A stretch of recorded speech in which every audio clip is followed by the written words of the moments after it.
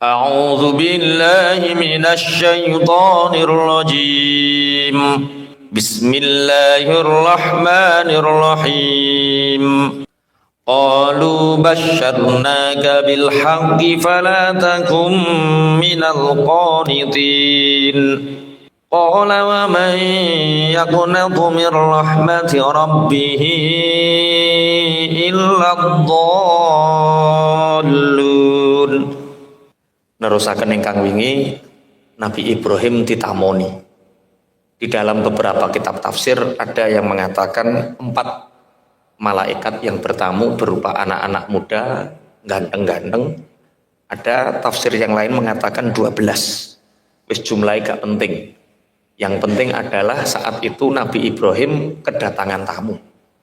Kemudian Nabi Ibrahim menyembelih apa sapi apa unta, wis pokoke kewan. Kemudian disuguhi, ternyata ketika disuguhi tidak dimakan. Lah, ada satu tradisi saat itu, kalau tamu yang datang tidak makan, itu indikasinya 2. 1, pembawa sial, 2, itu adalah malaikat. Makanya sampean kok namu disuguhi nggak di pangan, agar kita tidak termasuk tamu yang membawa sial. Tapi ternyata mereka tamu ini adalah para malaikat. Qalu basyarnaka bil haqqi. Wahai Ibrahim, kamu jangan takut. Kami ini datang kepadamu membawa kabar bahagia dengan kebenaran. Kabar bahagia, fala takum minal qanitin. Maka jangan sekali-kali kamu menjadi orang-orang yang putus asa. Jadi dari dulu seorang mukmin muslim itu tidak boleh qanit, tidak boleh putus asa. Seorang muslim, seorang mukmin harus punya jiwa optimisme, punya harapan yang kuat. Ini karakter muslim, karakter mukmin. Punya jiwa optimisme dan punya harapan. Padahal Nabi Ibrahim ini tidak pernah putus asa. Beliau menunggu sekian tahun, menunggu untuk punya anak. Dikasih kabar setelah usianya mencapai 86 tahun. Di dalam tafsir yang lain 112 tahun. Jadi ya ono sing darani 86, ono sing darani 111, tapi gak penting, pokoknya Nabi Ibrahim usianya sudah sepuh. Nabi Ibrahim usianya sudah sepuh, dapat kabar bahwa kamu akan punya anak keturunan. Qala wa may yaqnatu mir rahmati rabbih illa dhallun. Nabi Ibrahim menjawab, tidak ada orang-orang yang putus asa dari rahmat Tuhannya, dari kasih sayang Tuhannya, kecuali orang-orang yang tersesat. Jadi ada dosa yang tanpa kita sadari. Ada dosa yang kita melakukan tapi kita tidak menyadarinya. Dosa apa? Dosa putus asa. Putus asa itu dihasilkan dari apa? Kesedihan. Putus asa itu dihasilkan dari apa? Kegalauan. Makanya ono dosa sing wong-wong ora sadar. Dosa napa? Sedih. Jadi sedih niku napa? Dosa. Mulane wong mukmin niku aja sampai sedih. Kudu happy, kudu seneng, kudu enjoy, kudu tenang. Itu karakter mukmin. Bismillahirrahmanirrahim. Nek nangis oleh, dengkeken oleh nangis. Duwe lara gendeng nangis oleh, tapi sedih gak oleh. Dia harus tahu dibalik semua hikmah. Oh, aku dengkeken gendeng iki karo Gusti Allah diuji supaya dosaku sudo. Kakak nyawang sing ora genah dadi yo akhire putusane. Dengkeken. Tidak ada orang yang berputus asa kepada kasih sayang Tuhannya kecuali mereka adalah orang-orang yang tersesat. Makanya di dalam Al-Quran itu ada 57 kata Rahman. Sifat Allah Rahman, Rahman itu kasih sayangnya Allah. Itu disebutkan oleh Al-Quran itu 57 kali. Kalau kata-kata rahmat, rahmat itu kasih sayang, sifat. Kalau rahman itu sifat rahman. Kalau rahmat kasih sayangnya Allah itu disebutkan 114 kali. Berarti Allah sangat menginstruksikan, mensyiarkan bahwa aku Allah adalah zat yang maha pengasih, zat yang maha penyayang. Ngono kok duwe makhluk putus asa, ngono kok duwe makhluk sedih. Wis ya, ayem ya. Sedih itu kriminal, dosa. Mulane wong Islam aja oleh sedih. Di dalam Al-Quran sendiri, lafzul jamaliyah itu lafat-lafat yang di situ menyebutkan kesempurnaan Allah, sifat baiknya Allah, yaitu sifat kasih sayangnya Allah, sifat pengasihnya Allah. Itu disebutkan lebih banyak daripada lafat yang menerangkan tentang azabnya Allah. Itu artinya bahwa Allah lebih mendahulukan rahmatnya daripada azabnya. Mulane wong muslim itu kudu duwe optimis, duwe harapan. Ibadah sing dilakoni diterima, dosa sing dilakoni disepuro. Paham? Apa ini? Kita ngelakoni ibadah, sholat, ngaji, poso, kita harus optimis bahwa ibadah yang kita lakukan diterima, dosa yang terlanjur kita lakukan diampuni. Itu wong mukmin. Kalau dibalik sedih, Allahu Akbar, ya Allah ini diterima toh ora sholatku, ya Allah ini diterima toh ora sholatku. Kok yang nglakoni dosa iling terus, ya Allah dosa kula kathah. Lah wong kok ora tahu ayem. Kowe ngerti nek dosa diterima nglakoni, misal dosa iku contohnya apa?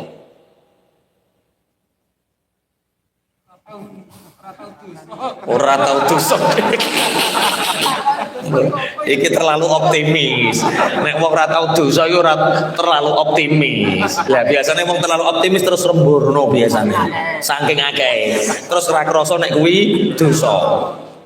Kue ngedoli es, terus ono wong ayu mbok sawang, terus itu dosa. Lah kue ngerti nek iku dosa, iku sing ngandani sapa? Kanjeng Nabi. Sing memberi informasi sapa? Kanjeng Nabi. Kudu fair. Kalau kita melakukan dosa, kita tahu itu dari Rasulullah sumbernya. Lah kita sholat, ibadah sholat kita, ibadah ngaji kita diterima, itu sing ngandani ya podo-podo Kanjeng Nabi. Mulane kudu fair. Ketika kita ibadah, ya yakin ibadah kita diterima. Ketika kita terlanjur melakukan dosa, ya kita yakin dosa kita diampuni. Itu orang yang tidak putus asa. Bismillahirrahmanirrahim. Makanya lafaz jamaliyah, lafaz kasih sayangnya Allah itu lebih banyak disebutkan di Al-Quran daripada informasi-informasi tentang siksa. Artinya Allah lebih mendahulukan rahmat kasih sayangnya daripada siksanya. Satu bukti, wong iku duwe harapan. Nah, dan khayal-khayal sini gak apa-apa. Dulu di zaman Bani Israel, karena abidun fi Bani Israel marro ala kathibin minar romli. Dulu ada seorang ahli ibadah di kalangan Bani Israel, itu lewat di padang pasir. Saat itu waqat asoba Bani Israel mahatan. Saat itu Bani Israel sedang terjadi paceklik. Fatamanna fi nafsihi anna hadza law kana daqiqan la asba'a butuna Bani Israel. Ada orang yang ahli ibadah jalan-jalan di padang pasir. Saat itu Bani Israel sedang terjadi paceklik, larang sandang, larang pangan. Termasuk orang yang ahli ibadah abid ini termasuk lapar juga. Dia bayangkan seperti ini, ya Rob, seandainya pasir ini menjadi tepung, corokene seandainya pasir ini menjadi beras milikku, maka aku akan bersedekah dengan beras itu, sehingga Bani Israel tidak ada lagi paceklik, sehingga Bani Israel tidak ada lagi kelaparan. Apa yang terjadi? Iku harapan apa ngayal? Ya mirip-mirip. Kita tidak bisa hidup 40 hari kalau kita bisa hidup 40 hari kalau kita tidak makan. Kita bisa bertahan hidup 7 hari kalau kita tidak minum. Tapi orang tidak akan pernah bisa bertahan hidup 1 detik kalau dia tidak punya cita-cita dan harapan. Sampai ini cek urip, bukti saiki cek urip iku mesti perkara cek duwe harapan. Mbah ngangsur utangi sampai lunas. Mbah ngentasno anak putu. Ini harapan. Seorang ahli ibadah menghayalkan padang pasir ini menjadi tepung, menjadi beras miliknya. Aku akan bersedekah dengan beras ini sehingga Bani Israel tidak ada lagi paceklik dan kelaparan. Fa'auhallahu ila nabiyyin min anbiya'ihim an kulli fulanin innallaha ta'ala qad aujaba laka minal ajri law kana daqiqan fatasaddaqtu bihi. Akhirnya Allah memberikan wahyu kepada Nabi, salah satu Nabi saat itu, Nabi Bani Israel, diberi wahyu. Wahai Nabi, beri kabar kepada si fulan orang yang mengatakan tadi, katakan bahwa sesungguhnya dia diberi pahala oleh Allah dengan ucapannya laukana hadza turabu daqiqan latasaddaqtu bihi. Ucapan seandainya padang pasir ini menjadi tepung, menjadi beras dan aku bersedekah dengannya, sehingga orang-orang Bani Israel menjadi kenyang, tidak ada paceklik, maka sungguh aku telah memberikan pahala seperti bersodakoh sebanyak tepung, sebanyak pasir itu. Mau ngayal tok untuk memberi harapan, diberi pahala sama. Nah, jan hakikote pasir saat itu menjadi tepung apa tidak? Tidak. Maka sebenarnya satu, bagaimana kita mendapatkan rahmatnya Allah, bagaimana kita mendapatkan kasih sayangnya Allah? Satu, ya kita berkasih sayang dengan yang lain. Ini jawabannya. Nah, jan isitmu berkasih sayang itu ngayal. Kita kan nggak mampu bersedekah sebanyak itu, wong ora ono, wong jenenge wayah paceklik, tapi punya harapan, ya Allah, andai ini pasir ini menjadi milikku dan menjadi tepung, aku akan bersedekah dengannya. Makanya kemudian kita dilatih untuk meluaskan niat. Meluaskan niat. Ya Allah, kula niku nek gadah mobil rodok gede, niku mboten ngarah kula damel piyambak. Yang ngusungi wong-wong ngaji, ya Allah, meluaskannya. Lah nek egois oleh yo katana tok wong loro ndil. Tinggu pola mosok kok ora tinggu ngaji, ya Allah, ya Allah. Luaskan niat. Ya Allah, umpama omahku gede, yo tak nggoni barang sing manfaat, manakib topo kuno. Luaskan niat. Najan lagi ngayal. Najan lagi ngayal. Ngayal iku luwih apik, ngayali wong soleh, menimbulkan optimisme dan harapan. Rasulullah Shallallahu Alaihi Wasallam ketika perang Khandaq,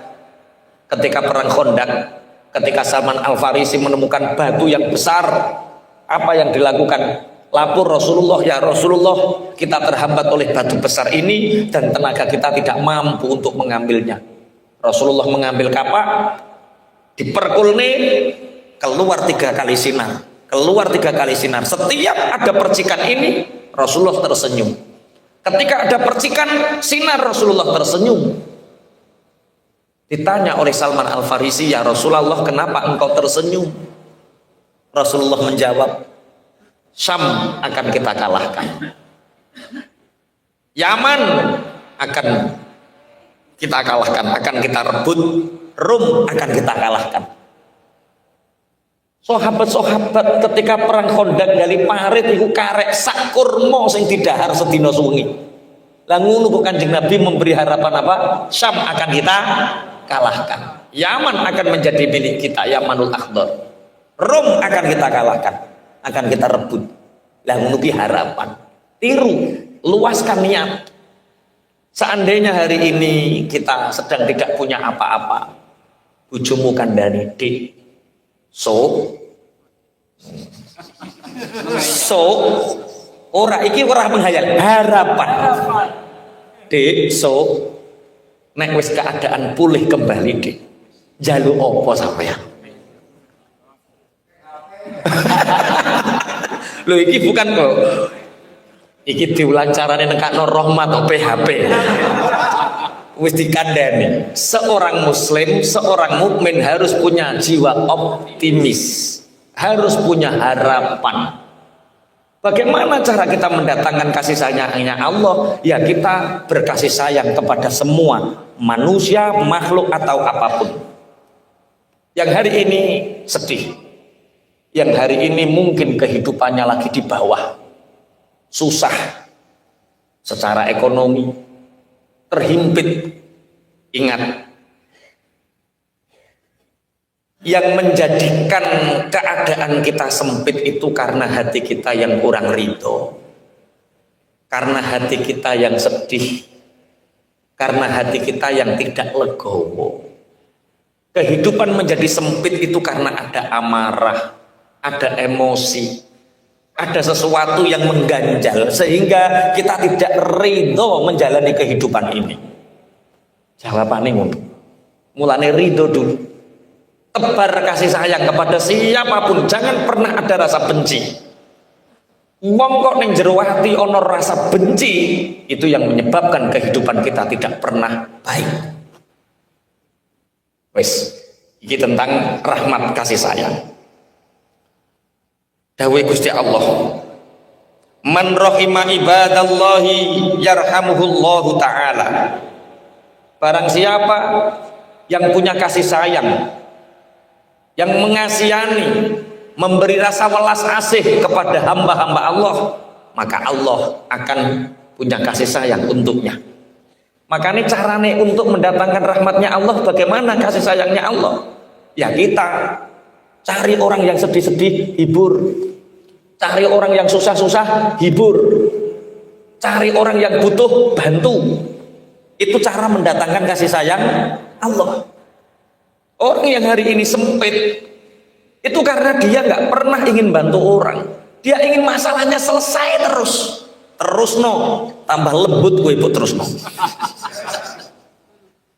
Wong duwe masalah akeh kok tambah pokoknya piye carane masalahku selesai? Ora selesai. Kalau ingin masalahmu selesai, bantu selesaikan masalah orang lain. Man rahima ibadallah yarhamuhullah. Siapa yang punya kasih sayang terhadap makhluknya Allah, hambanya Allah, maka Allah akan memberi kasih sayang terhadapnya. Bismillahirrahmanirrahim. Ada satu hadis dari Ibnu Mas'ud radhiyallahu taala anhu qala Rasulullah sallallahu alaihi wasallam, "Al-fajiru ar-raji rahmatallah aqrabu ilallahi ta'ala minal abid al-muqnid."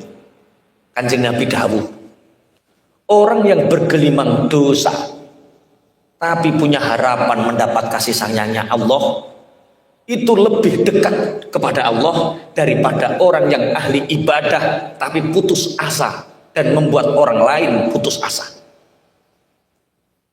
Ono wong bergelimang dosa tapi dia mengharapkan, ya Allah dosaku banyak, siapa lagi yang aku mintai ampunan kecuali Engkau ya Allah. Dia masih punya harapan rahmatnya Allah.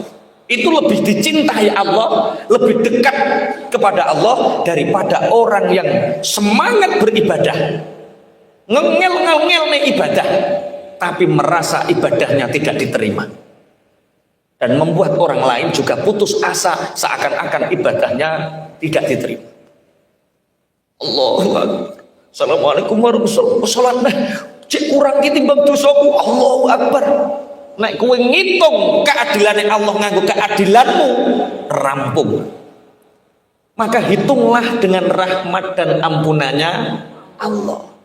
Salat rong rakaat, patang rakaat tahajud, ya Allah. Patang rakaat ngeten iki pun cekap nggih pun. Kula yakin jenengan pun ridho ya Allah. Ngene tak terusno ya karipan kok misalnya. Istighfar sampai pagi. Niku lebih dicintai Allah daripada kita menangis semalam suntuk tapi seakan-akan dosa kita tidak diampuni oleh Allah. Ada satu hadis lagi. Iki Mas Taib rungokno tenan. Sampai kakean mikir dosa sampai kena lambung. Mikir dosa atau mikir wayang? Nih, ada satu hadis lagi nih gak percaya. Qala akhbarana an Zaid bin Aslam an Umar anna rajulan kana fil umamil madiyah yajtahidu fil ibadah wa yushaddidu ala nafsihi wa yuqannitu bin nasi min rahmatillah summa mata. Sayyidina Umar bin Khattab berkata, dulu di umat terdahulu itu ada seorang yang ahli ibadah. Nah ibadah dipeksa tuwenanan sampai meksa-meksa awake, ora kuat dikuat-kuatne, ngantuk dilek-lekne. Tapi dia punya kesembrononan di dalam, dia tidak memberi harapan kepada manusia tentang rahmatnya Allah. Contoh Mas Taib sampai ibadah kok sampai kuru ngono kuwi lah piye? Contoh dhisik kok kuru. Sampean kok ibadah kok sampai kuru. Ngene iki lho tak rewangi ngene iki rong karuan dosa putih sepuro. Lah nek sampean gum di sepuro kaya aku ngene iki piye Mas Taib? Yo ketok neraka kowe wisan. Dia bersemangat ibadah, ngengel-ngengel nih awake kanggo ibadah, tapi tidak ada harapan besar tentang maghfirah dan rahmatnya Allah.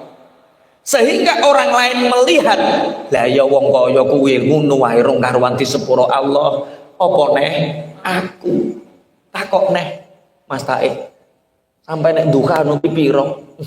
Aku ngene iki 8 papat gak mampeh. Lah gak mampeh piye Mas Taib? Masya Allah, bagaimana mungkin aku dukanya 4 rakaat pagi hari jam 5:30 ngedoli bensin wis ora wong ayu. Iki tak tebus go 8 rakaat ora karuan. Lah gue ngono Mas Taib. Lah aku ngene iki piye? Halah koyo kowe wis neraka wis jelas neraka kowe. Akhirnya orang ini mati. Summa mata, kemudian orang ini meninggal. Faqala ya Rabbi mali indaka. Kemudian orang ini ketika mati di akhirat bertanya kepada Allah, ya Allah, apa bagian untukku di sisimu? Ya Allah, apa bagian untukku di sisimu? Allah berfirman, faqala annar. Bagianmu adalah neraka. Qala lahu ya Rabbi, fa aina ibadati wa ijtihadi? Ya Rabb, Engkau memberikan aku neraka. Di mana ibadahku? Di mana kesungguhanku dalam menyembahmu, beribadah kepadamu? Faqala innaka kunta tuqannitu an-nasa min rahmati fid dunya. Engkau dengan ibadahmu membuat orang lain putus asa dari rahmatku.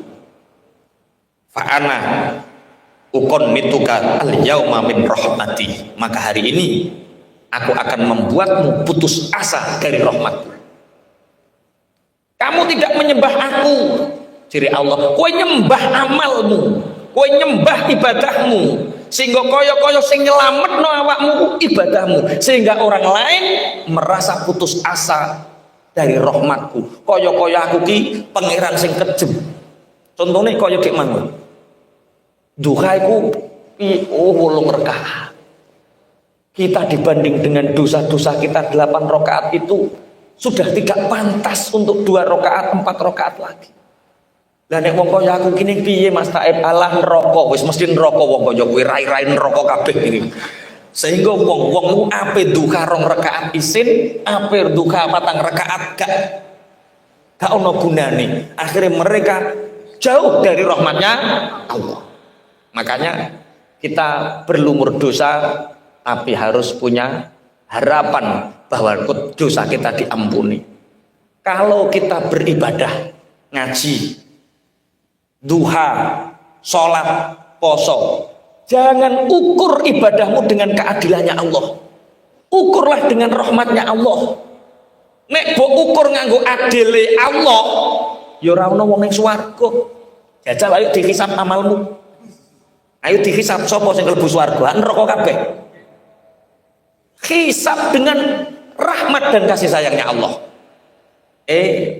Rong rakaat niki nek diterima Allah, ya iso mlebur dosa 2 tahun. Rong rakaat qobliyah asar ngene iki nek dilakoni istiqomah iso mlebur 20 tahun. Ngoten niku rak pikiran terus ayem. Kita merasa nyaman dengan Allah, isyak billah. Tengok-tengok ngeten iki niat ngaji, niat golek hidayah. Masya Allah. Dosa pirang puluh tahun di sepuro Allah, Allahumma. Urung melangkah wis di sepuro Allah, Allahumma. Amin. Kurang penake piye? Lah iku wong sing ngedem-ngedem nganggo rahmate Gusti Allah.